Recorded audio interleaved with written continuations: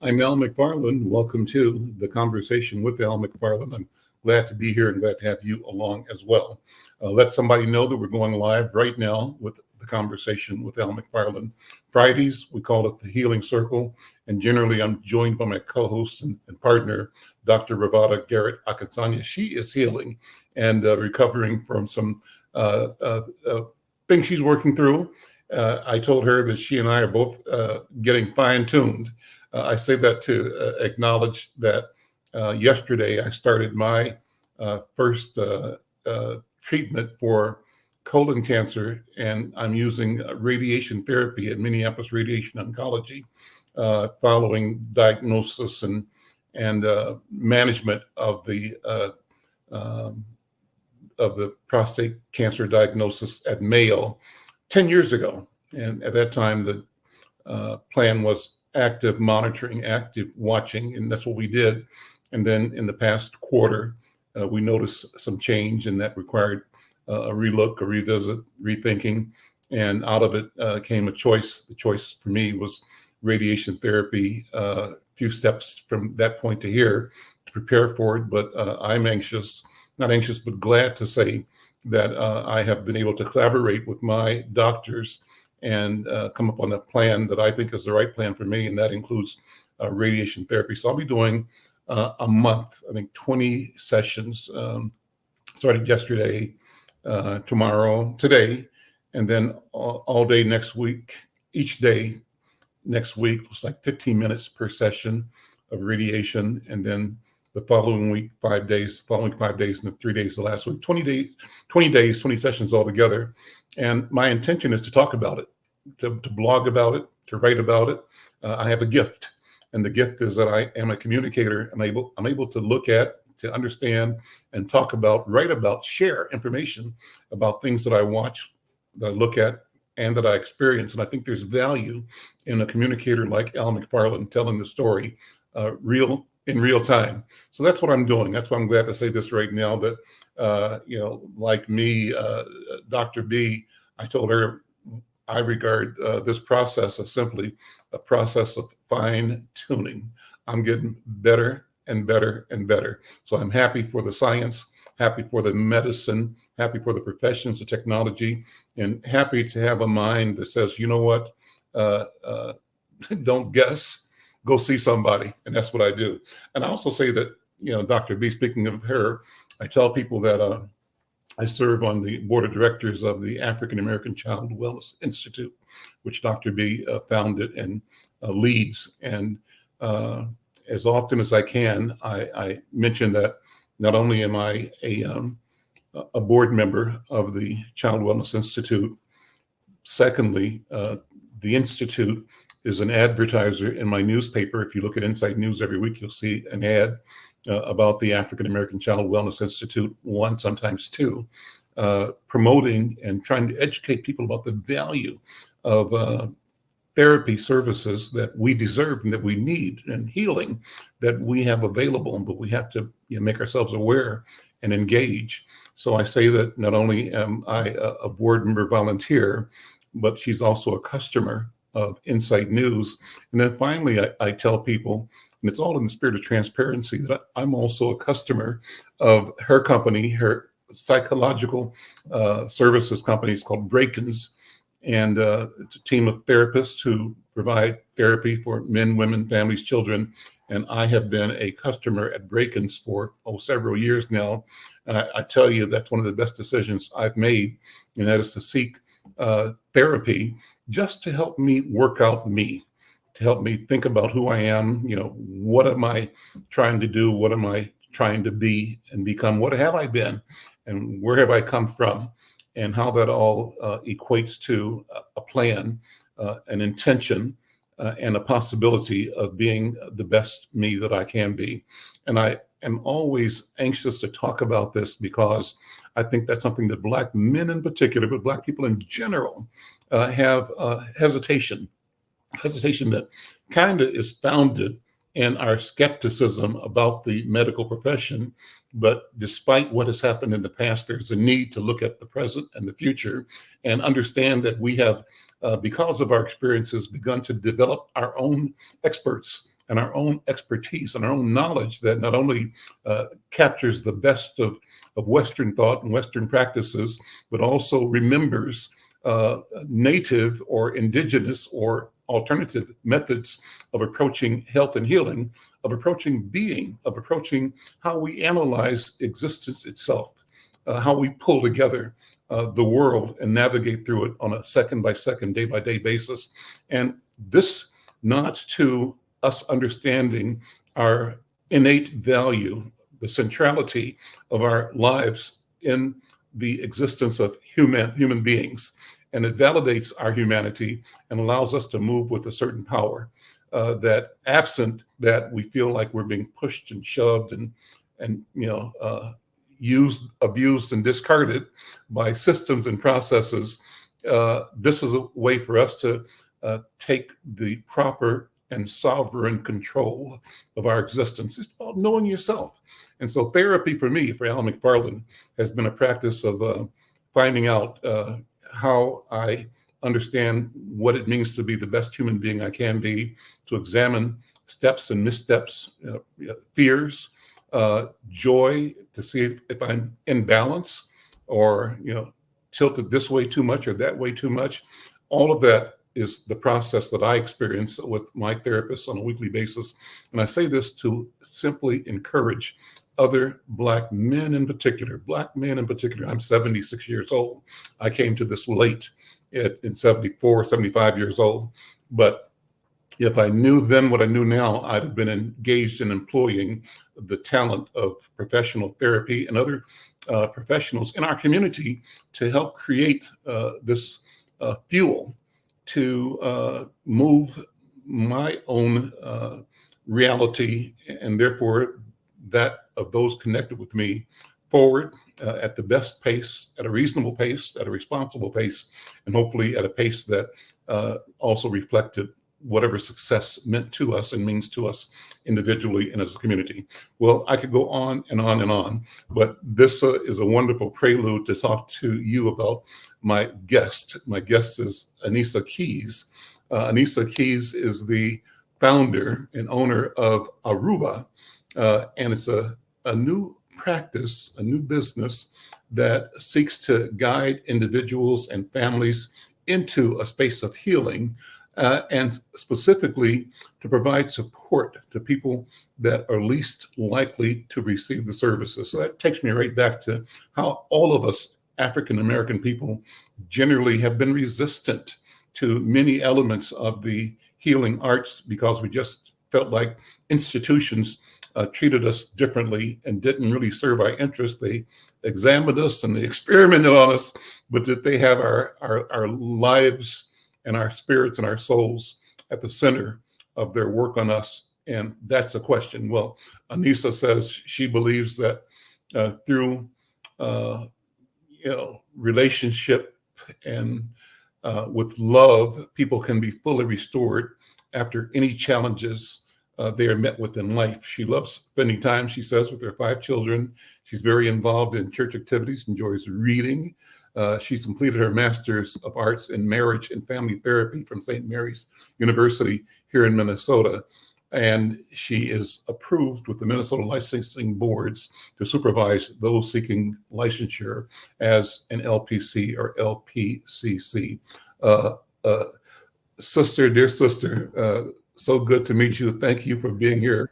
Welcome to the conversation. Thank you so much, Mr. McFarlane. I appreciate it. I'm so excited to talk today about mental health. It's like my favorite one of my favorite topics to talk about, especially amongst our people. It's just really important work. Well, let me start by having you react to what I said. Just as I'm talking, I'm sure I could see your facial expressions and what came across to you, and sort of work with me on my understanding. I'm saying it's important for Black people to learn up, listen up, and do, to make a move, to be intentional in understanding how we can improve by engaging resources like Arubah. So what do you think? Absolutely. And even to back up a little bit before that, just really appreciative of you even just really normalizing, right? The need and the desire and the support that comes from mental health services by utilizing your own life as like this transparent sort of like narrative of saying, hey, I do this, right? And it speaks to your success. It speaks to who you become. It speaks to your continued fine tuning that you've taken on, that it's important work. And so, so just grateful for you setting that example and setting that bar. That's amazing, especially as a Black man in this era, in this day and age. Just in general, what I found, right, is that for services, especially for people that are least likely to receive them, which are going to be marginalized communities, oppressed communities, people of color, impoverished communities, that typically what happens is it's just not a priority for us. It ends up becoming more important to feed our families, to think about housing, to think vocationally about being able to make it out of our current situation. And so then what ends up happening, and it gets put to the backdrop. And there's really not an understanding of how foundational it is to who you become. Or what life you create for yourself. And so people don't realize that at the core of housing, at the core of health is mental health. At the core of some of those challenges and issues that we are regularly thinking we're responding to in crisis, really underneath all of that is our mental stability. And oftentimes, because our emotional regulation is not necessarily always present, we can't show up in this world the way that we need to. And so it's just really sort of a foundational tool. When you think about Maslow's hierarchy of needs, they talks about sort of like food and water as some of those basic needs, but like right above that is like emotional health, right? Acceptance, belonging, feeling somewhere where you can be seen and heard. And therapeutic support provides that for people that are not necessarily getting it in other areas of our life. And to be honest, especially for Black and brown bodies, we're in a country where we're not always seen or heard. That we are not always understood, or our challenges are not always met with support. And so having a safe space to be able to go to is crucial for our healing and for our continued well-being. How did you decide to take on a career in therapy? What made you move into this field of study and work? Yeah. So my mom is from Lake Providence, Louisiana, and she migrated here during the Great Migration. My father is from Columbus, Ohio. And it was really my father who, at 18, 19 years old, came here to Minnesota to play football and then got into some trouble and got kicked out, who then got on drugs pretty early in his life and suffered and struggled with addiction throughout my entire childhood. And kind of led me and some of my siblings also to struggle with that. But before that happened, he had a massive heart attack. He died actually at the Northside YMCA, right on the top floor. And every valve to his body, every valve leaving his heart, every valve coming in, pumping blood, shut down. He had used cocaine up until that point. He was in fact what they call a functional user or a functional addict.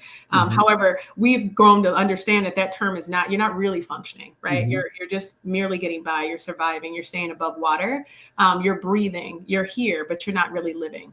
And so he lived his life until he had that massive heart attack. And when we lost him, and I was able to think back and be able to research a little bit with my grandmother around like what some of his challenges and struggles were as a Black man, support and reaching out would have never been something he would have thought to do.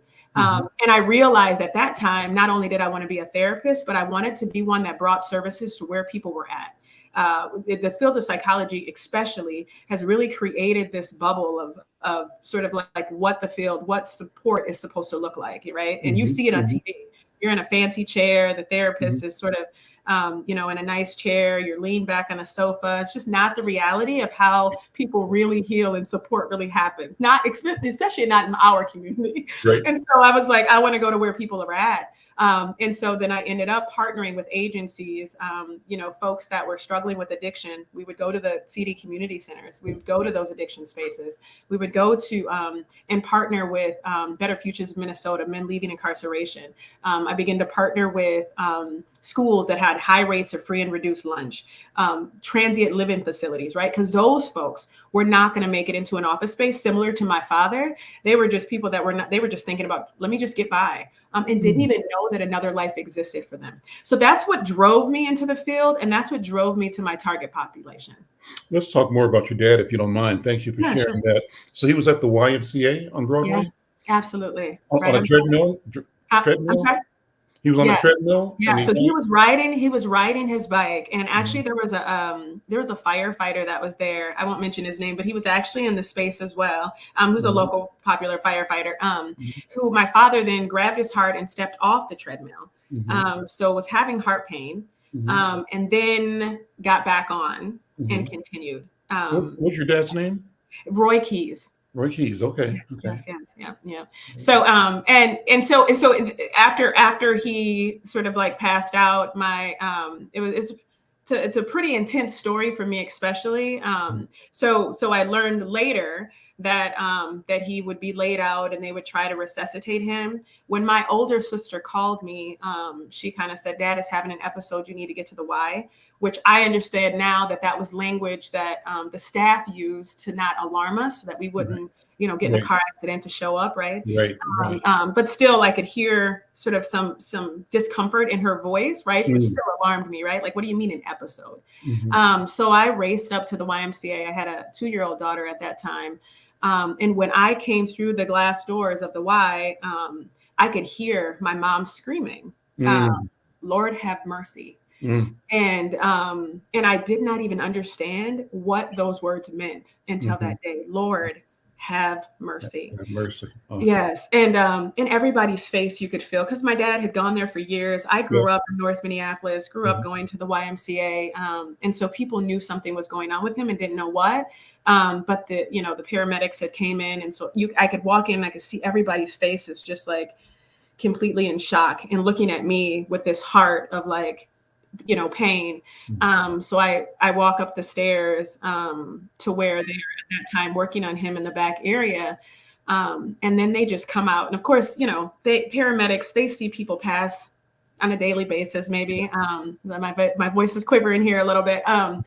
So they just kind of walked out and was like, "I wouldn't go in there if I were you." And I had to see him. My dad, my hero. He was even despite the fact that, living with an addict, of course, came with a lot of other trauma and challenges, but I had to see him. And so I went back there, and I remember his stomach was distended from trying to push all the air, but of course the air needs to circulate. And if he's not breathing, then the air is like stuck in his abdomen.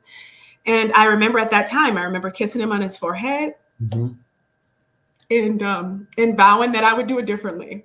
And one of the challenges, Mr. McFarlane, which is interesting, is that I ended up struggling with addiction from that age to like several years, and even came close to losing my clinical license about 10 years ago. So Arubah is not a new practice. We've been in business for about 11 years. So we're pretty established. We have 4 different locations. So I'll talk about that a little later. But so I went through a trial too of almost losing my clinical license because of my challenges with alcoholism.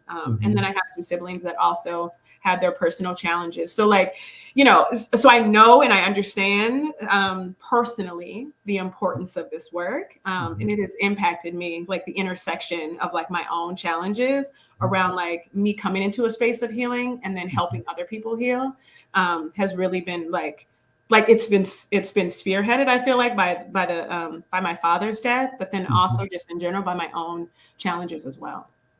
Thank you for sharing that. Now I'm here about to cry. Yeah. Listening to you, but it's a good cry. It's a cleansing cry. Yeah. Because what I'm crying about and feeling is how common is the story that you're telling, and how common is the story that I'm telling, and how horrible it is that we did not have adequate resources, adequate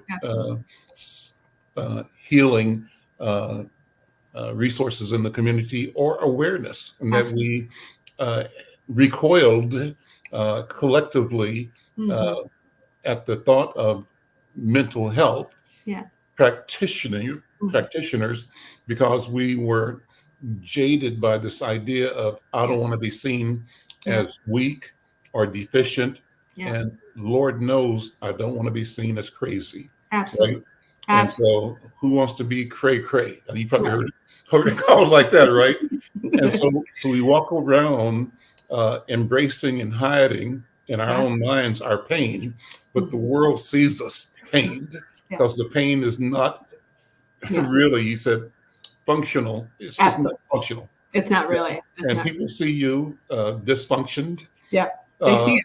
but you think you're functioning. You think that's the way to label yourself so that you can keep pressing every day. Absolutely. Absolutely. And Yeah. two things have to happen. You have to admire the people that do keep pressing. Mhm. You have to also lament the fact that we walk with this pain Yeah. that we Yeah. don't find. And so I thank you for having the experiences that guide you in wanting to be and to extend the capacity for healing and health for Yeah. those people that are marginalized, Absolutely. underserved. So, I said new practice, but I think I said that because you've opened a new facility. I did. You're about, you're about to open, and it's open now or about to open. We're about to open soon. Yep. Yep. And so Within the that's next what like 4 weeks. Yep. I've been watching your progress reports from time to time. You send the notice out, and so that's why I reached out to you. I said this is important. Yes. Let's get her on to talk about this new clinic and her Yes. history. So that's why we're here today. Yeah. And again, thank you so much for being here. And my objective, Anissa Keys, is to promote you and promote your work, promote your facilities. Yes. So don't let this hour pass without letting people know where you are in all of your locations, how they get there, I and will. how Can I do that important now? it is. Right, let's start right now. Let's Good. Good. I want to plug really quick though. My mom, who is my heart, and she's an older mom, and she had me at an older age, but she's still like, I tell her I do therapy, and that's psychology stuff. I'm not crazy, so she's still. Yeah. So I'm like, Mom, no, really, this stuff works. Like I'm helping people. Like I literally have a whole job in a business because it's a necessary. I don't believe in that stuff. That's So she has other words for that from the South. So yes, that's still a real thing. I'm glad we've progressed a little bit beyond that. So so grateful for that. So Arubah has been around for 11 years. By trade, I'm a licensed marriage and family therapist and a licensed independent clinical social worker. But I'm also a bodywork provider as well. So that was a huge part of my healing, yoga. So we also offer all sorts of different other healing modality practices, especially in our healing center location. So our healing center location, which was really created to provide an integration of services, is in North Minneapolis on 52nd and Bryant Avenue North. We also have like a community space that can be rented, but then in those spaces, we'll have things like community acupuncture, healing touch, root medicine, biofeedback.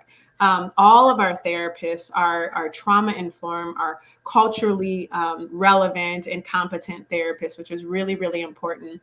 Arubah actually started in Brooklyn Center. So we still have a space in our Brooklyn Center office. And then we went to St. Paul. So we have space in St. Paul. And then our final location, which will be the Northside Epicenter, which is actually a Black business ecosystem. So we won't be the only business in that space, which we're very excited about. The Northside Epicenter is actually rooted in a space of not just helping individuals to sort of become healed, but also actually the community, right? And so we're trying to create a multitude of safe spaces for especially Black folks to feel reflected in, to feel seen and heard, for you to know that like we were thinking about you in the background, we were thinking about us in the background is really important. So you'll come into that space seeing reflections of yourself, of your children, of your grandmother. You'll see titles and lists of things that will remind you of old markers from our historic innovation and ingenuity, which is really beautiful. And so again, we'll have therapists there that will be able to see clients. That will not be an integrated space. That will just mainly be our headquarters office. So we will have an amazing internship program there, specifically for graduate students that are moving into pre-licensure. And so we'll be able to follow them all the way to post-licensure. So really excited about all of the things that Arubah is doing. And so let's talk Oh, about. I'm sorry. Can I do the main phone number? Sure, sure, Sorry. sure. If And you are web, needing web support, yes. web address and yeah, Oh, email. sorry. Okay, got it. Yes. Needing support. Main line is 612-284-8115. And you can reach somebody for intake. Arubah, the website address is www.arubaemotionalhealth.com. The website is shown here. You can look us up. But if you just type ARUBAH, you'll be able to find us. So What does Aruba mean? Arubah means restoration to sound health. It is actually a Hebrew word. I am a believer. I love Jesus, and so this is. It was Hebrew word. The Hebrew language is like a love language for me, and so it's really important to have that. And so it means restoration to sound health. And one of my beliefs is that not only that people will be restored or that people can be restored to sort of like where they were or where we hope for them to be, but like where God has called them to be. I feel like a lot of folks in general are maybe functioning below where they have the ability to function. I feel like most parts we don't fulfill our potential, and mainly because of some of the challenges that we talked about earlier. But then I think also because we just don't believe that there's something better or more. And so this is really a space to be restored into like where you are really brought to a space where God wants you to be. And our lack of belief, does that reflect something that's internal, or does it reflect something that's external? Or is it both? What do I mean? Uh, is it simply that the human being grows up feeling inadequate and insufficient, or does he or she learn that sense of inadequacy, of insufficiency, of disconnectedness through interactions with family, friend, and people outside the family? And is that or is that a condition that arises out of structural positioning of certain elements of the community? You use the language that you are supporting people least likely to receive services, people that are marginalized. I add to that, my motivation has always been Afrocentric, dealing with the health and the vision and the sovereignty of African people. I call us Africans in the New World Africans, but I pay homage to the beginning as I see it anyway. Some people don't, and I respect that, I understand it. And so, but in my analysis, I always point out, I critique and I challenge the societal structure, the social structure that has organized around the extraction of our humanity and the extraction of the minerals and resources of Mother Earth as well, all to the detriment of ordinary people and for the gain of the few, the minority that have a need to hoard power. Yeah. And hoarding is one of their power tools. Yeah. That's a lot. What do you think? Yeah. I mean, I went on a tour just recently with the Center for Economic Inclusion, which was an amazing opportunity. They sponsored the tour, and we go down to Selma.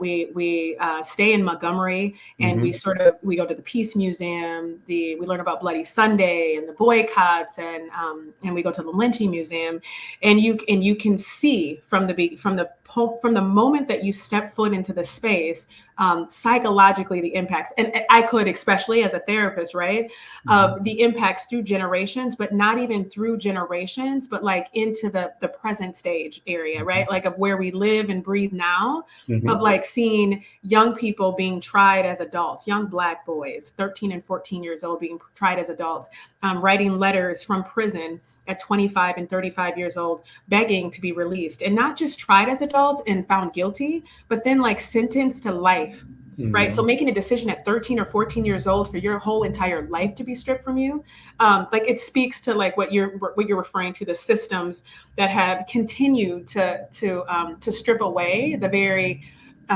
nature and humanness of like who we are as Black people, like the attempts. I don't want to say that they are successful. So for sure that is an everyday relevant challenge. But then there's also studies that have shown, and there was one from the University of Minnesota where she actually studied impoverished Black children. And she talked about how when she did the scatter plot to find out, where these kids were functioning at educationally, academically, their health, whatever their abilities were, they were all over the place. And oftentimes, same story, right? It was a lot of single parents. It was a lot of all were impoverished. Some fathers, mothers were incarcerated. Some were in shelter. Some were in their own homes, right? So it was all a similar background. But what she found is the outcomes were all totally different, though. So what we do know is that absolutely there are systems in place, but there are also internal skills that we have, internal resources and assets that are innate to us that we were just blessed with, right? There are some things that you got, Mr. McFarlane, that like some folks just didn't, and right, and it's not fair, and it's just the way it is, right? And they're blessings that make you more resilient, more adaptable, more flexible, more good looking, right? That make things easier in life for you, or might make things like more likely for you to be successful. That doesn't mean that there are these systemic powers that are also in play that impact that, but you can see where like some folks who may not have gotten the same intellectual value, or they may not have gotten the same ability to overcome the internal sort of asset of being able to like have a certain perspective that may be like positive or optimistic. Those are all things that we are born with, right? That that's our genetic makeup. Now we know about epigenetics that has gotten shifted over the years from generations of trauma. However, we still know there is a difference in who we are made up to be internally.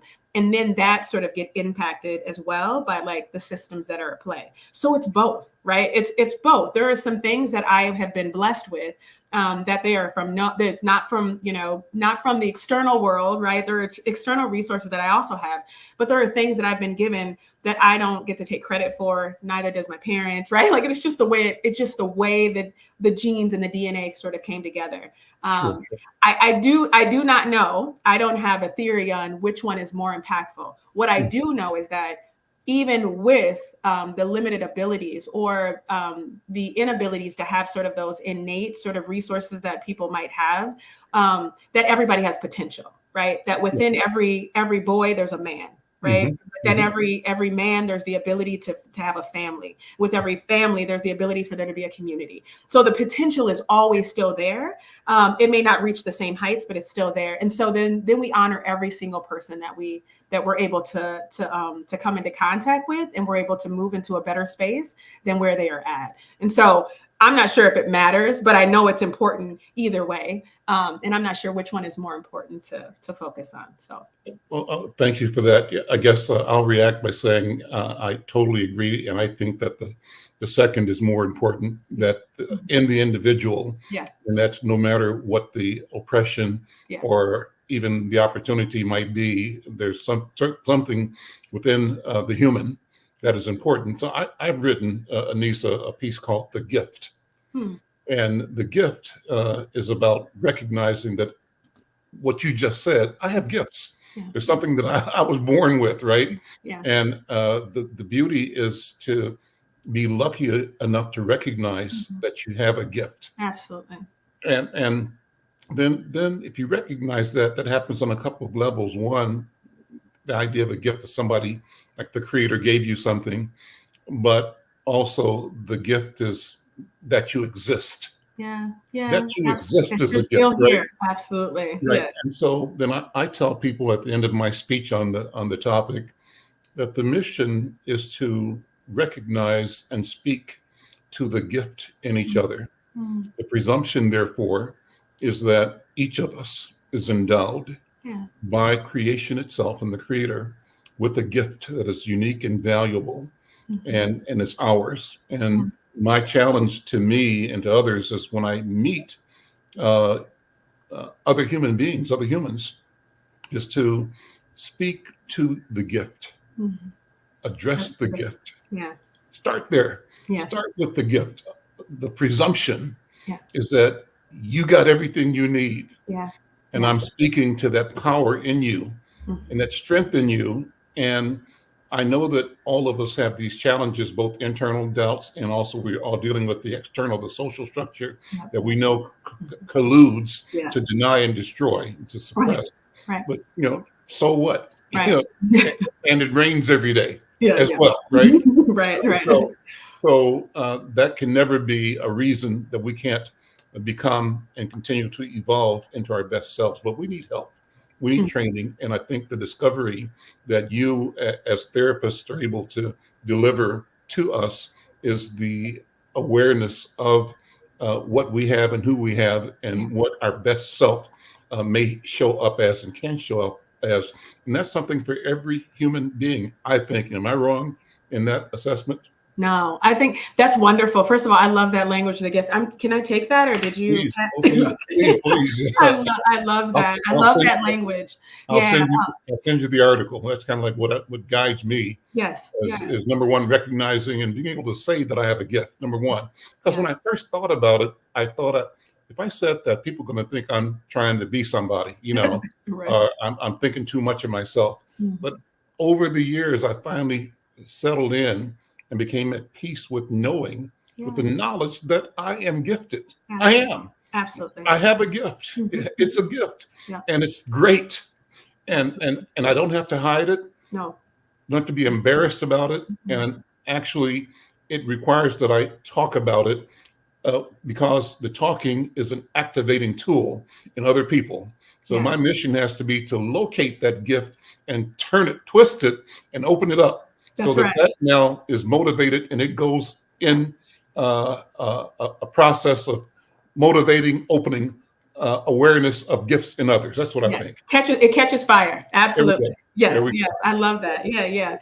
You know why that's so important is because I don't think that people understand really like the significance of therapy or even just what is even happening. It's not like a complicated process. Because what's really happening is that we are saying to the person that is sitting across from us, right? There is something in you, right, that drove you to this space because you know that your value in what you want to be is like greater or bigger than where you're at right now.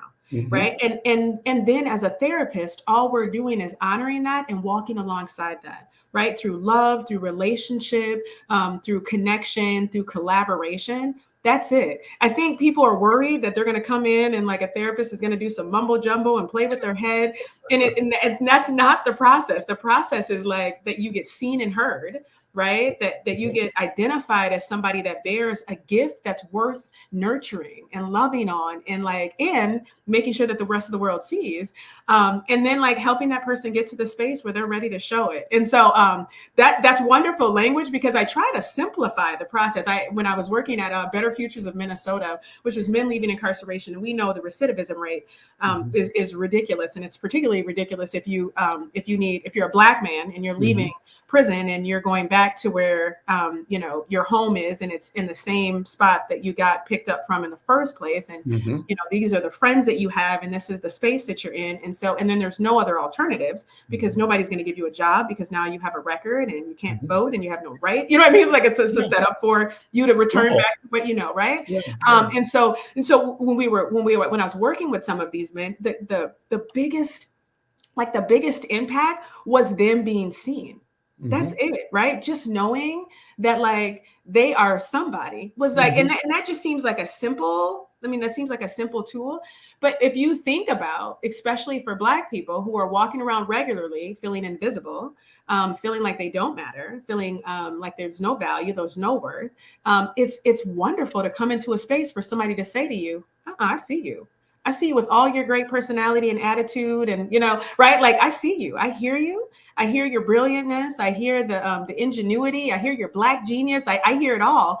That shifts, right? Even just if one or two people can see that. So that's why therapy ends up really being a space to me as I watch people blossom in it. If I can get them into the office, so that's the other piece. I got to get them here first, and then I can just love on them enough to kind of say, we're going to walk this thing out together. What I vow, Mr. McFarlane, is that is that I won't allow, not on my watch, not in my lifetime, to come into contact and let another person filled with gifts like my father go to the, right?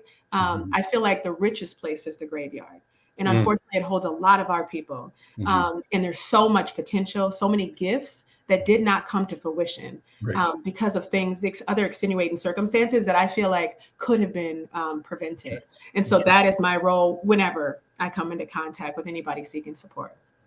I'm Al McFarlane. This is The Conversation with Al McFarlane. My guest is Anissa Keys. She's the founder and owner of Arubah. We'll continue the conversation in a minute. First of all, thanks to Sister Cameron, who watches the show every day and applauds your comments, Anissa. And I want to remind everybody else that's listening, we're streaming this live on Facebook, on LinkedIn, on Insight News, YouTube, on National Newspaper Publishers Association YouTube, and on Insight News Twitter. And so a lot of ways to reach people. And wherever you are, thank you for connecting. We want you to help us grow this platform, this engagement, this connection in our community. We've crossed, and we're monitoring in particular the YouTube Insight News. That's the bean counter for us. Though we are reaching people on a half a dozen platforms, we're trying to watch Insight News YouTube. So no matter what platform you're on, take a minute to go to Insight News or YouTube Insight News and subscribe, like, and share. We've just crossed over 600 subscribers. Our goal, short-term goal, is 1,000. And I'm inviting each and every one of those listening and anybody in the network. In fact, these interviews will be available. They can be shared anytime. And if you find this conversation valuable, interesting, touching your family, your experience, we want you to share the conversation. We want you to be a part of it. You can comment on the comment section, give us a call at Insight News, drop us an email, give Anissa a call or drop her an email. We want to engage you. We're going to come back and talk more about the business of healing with Anissa Keys. We'll come back after this message. If you've not done so, consider getting vaccinated against the COVID-19 virus. At vaccine.gov, enter your zip code, your preferred vaccine type, and you get a map with locations eager to serve you. Getting vaccinated saves lives. Vaccine.gov can help you do your part. There we go. So COVID is still out there, and we have to pay attention to that.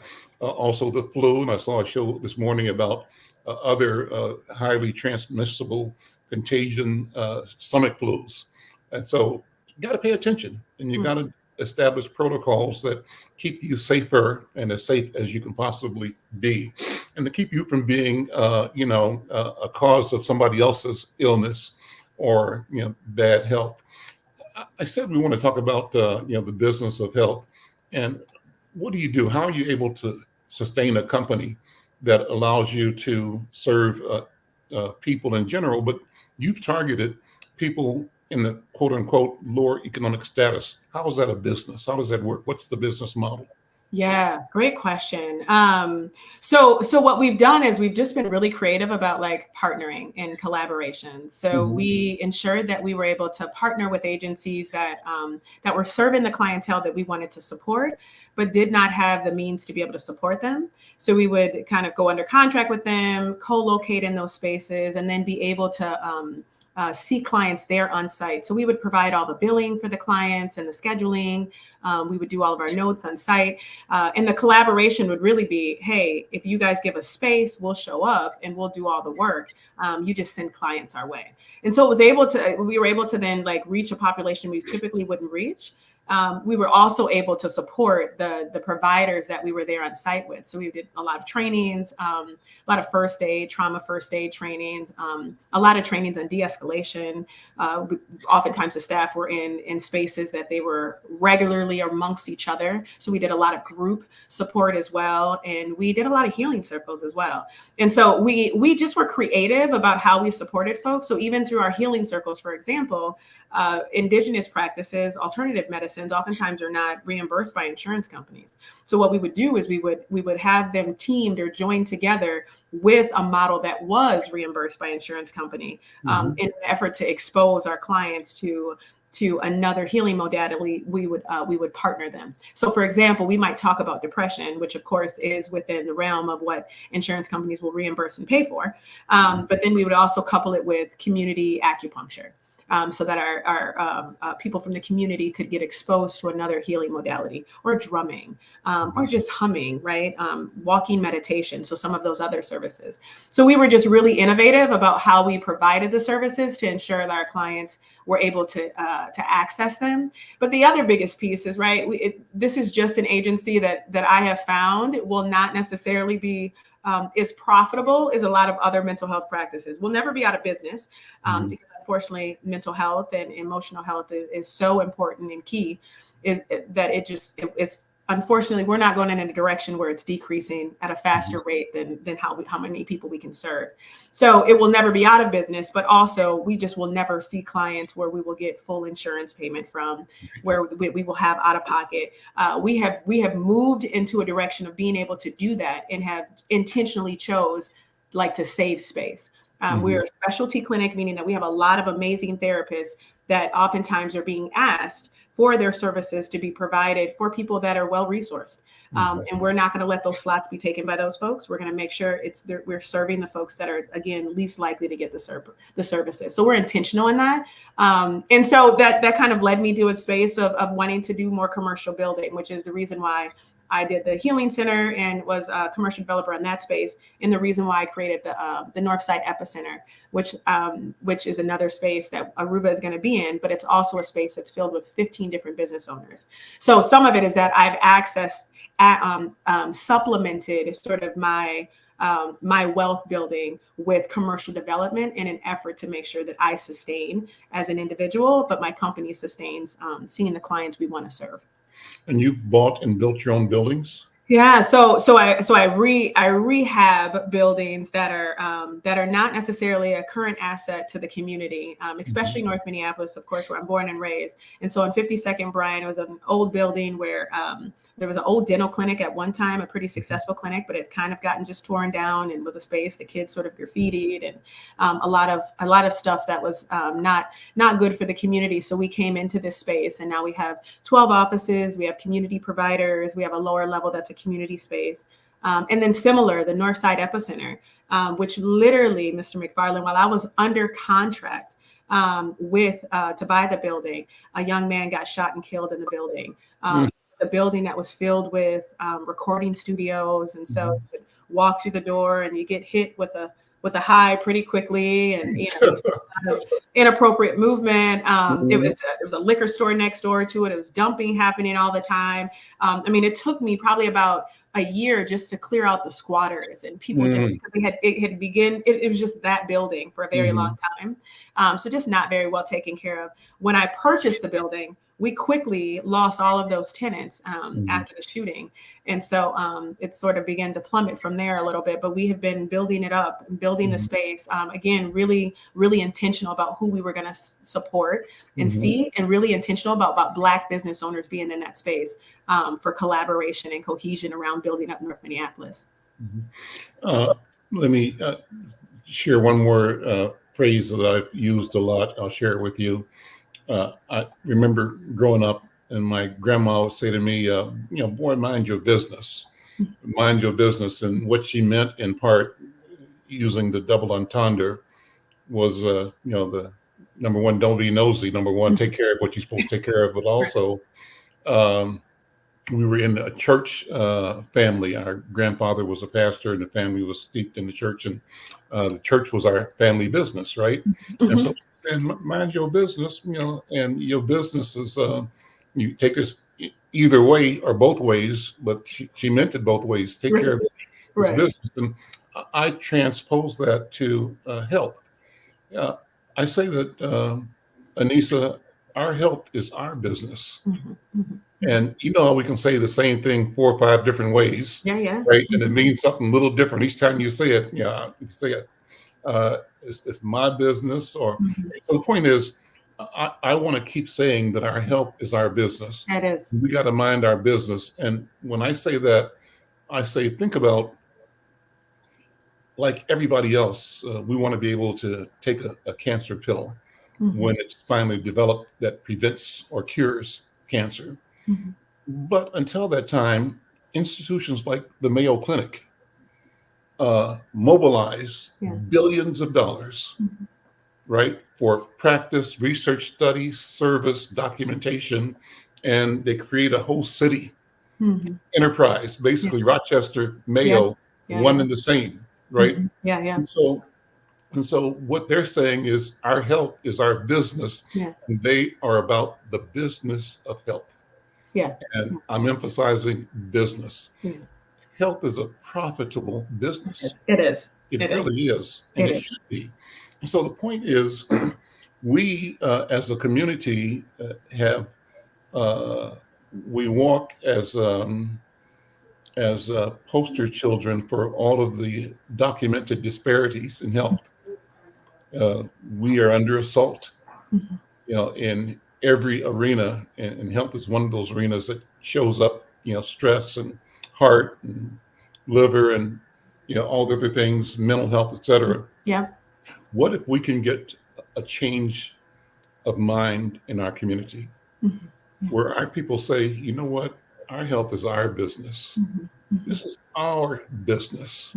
And the business that is involved with health in our community has got to be business we create, showing up as the solution and not just the problem. Right now, we are relegated to the problem side of that equation. We sick, we the problem, come here, here's your answer. But at some point in time, we need 40 or 50 Anissa Keys, right? Who show up on every block in our community as a healer, and doing the business of managing our health. And doing it with an intention of understanding revenue streams, wealth building associated with the business of health. I see that's what you're doing. Wouldn't it be great if we had 3,000 therapists who are Black serving the other 150,000 of us here in the marketplace? Absolutely. Particular peculiar knowledge of who we are, of our identity, of our history, our legacy, and of our aspirations. Wouldn't that be a wonderful thing? Absolutely. Yes, that would be wonderful. And I think that is beautiful. And with the Northside Epicenter, and again, this is not just to bring it back to this space, but this is important, right? Is because one of the important parts of me creating the space was the intentionality of bringing in service providers, bringing in business owners that were not only Black, that was just one piece of it, but also served or filled a gap that was needed in the community. So an asset that was specific to healing. So mental health is just one type of, right, like traditional talk therapy, is just one type of emotional healing. We also, as Black folks, need safe spaces to come into. That's healing, right? We need safe people to be able to do business with, people that look like us. That's healing, right? Like when you start being able to like not doubt another business owner because they look like you, right? Because you're like, I don't know how you do, right? I mean, how many of us have that trauma, right? Which is really just self-hatred, internalized racism, what we've been taught to learn, right? That's healing. And so when I think about Heal Restaurant, right, which is a plant-based restaurant in North Minneapolis, the first in North Minneapolis, that is in the Northside Epicenter, that literally when you go in, you not only feel the presence of Black culture, you also feel the need to heal, right? It's called Heal for that reason, that like you're getting fed food that is not just more oily or greasy or fried, right? But that is physically good for you. That's another component of healing. There's an apothecary that's going to be in the Northside Epicenter. Again, natural healing modalities. I think she's not a certified root medicine doctor, right? But has been doing the work for the last 15 years, has been using natural herbs, which historically and culturally is indigenous to who we are, to be able to bring, again, not only building wealth, like you said, Mr. McFarlane, but also, right, and not only minding the business that pays her, but also creating the opportunity to be able to heal a plethora of people while being able to not only survive but to thrive. And so I think that we can twist that to not just include like business practices that include like overt healing modalities or like medicine or health. Mhm. But there's also just ways in which we can engage and be in space and create spaces for us to have like this continuum of healing. That I like to go into spaces that are reflective of me. That is healing for me. Even if I never go into a therapy office, there is a proponent of that feels safe and comforting, and thus creates an opportunity for me to continue to be nurtured and healed. And so I think we need to create more of those. And so it doesn't have to be more therapists. So I'm just letting everybody know here, we don't have to have more therapists. We just need more Black bodies that are taking up space, using their leverage to create safe space for us. That is my whole objective. Awesome. Let's remind people how to reach and connect and use your services and those that you're associated with. Absolutely. So Arubah Emotional Health Services, it's www.arubahemotionalhealth.com. The phone number is 612-284-8115. You just ask for intake. Very important, especially in this field, we have Black therapists, we have therapists of color, which is a very high need right now. Oftentimes Black therapists have wait lists. We have newer therapists that are coming in. We have a great internship program. So if you are seeking to become a therapist, if you want to volunteer time, if you want to learn more about mental health field in general, please reach out. In addition to that, we have the Healing Center, which is an amazing space that Arubah is in, but we also have a community space in the lower level for people to be able to access and be able to utilize for birthday parties, for workshops, for trainings, whatever the community needs. Arubah is there and the Healing Center is there to provide that support. And then we have the Northside Epicenter, which is a brand new project we are excited about. We have some amazing business owners that are in there now. We have Amina's hair braiding. We have healthy, helpful. I'm going to get this wrong. It's a long name. Healthy, Helpful Insight Healthcare Institute. She trains CNAs, MAs, nursing assistants. She does first aid training. She's an amazing African-American nurse who has been doing this work for quite a while. She has actual school in the Northside Epicenter. Awesome. In addition, we have Heal, plant-based restaurant. We have the apothecary coming. We have a salon. We'll have Arubah there. And there'll be a lot of other businesses. Please be on the lookout. This summer, we're going to have a summer fest. We'll have a gospel concert. We're going to have a Black authors sort of expo. And then we're going to have a carnival for kids. So we'll be doing all of that in the amazing parking lot right next to the Northside Epicenter. So just be tuned. Again, the Northside Epicenter, you can be found on Facebook. It sounds like something's going on with the website. So look us up on Facebook for sure. And you can always follow me at www.anissakeys.com. I have my own website as well. It tells a lot about the work that I'm doing, all of my projects. So you can always reach out to me there as well. Awesome. Let me ask you about, you talked about your dad and you mentioned your mom. Yeah. Have you done any genealogy work? What's your lineage? And what does lineage mean to you?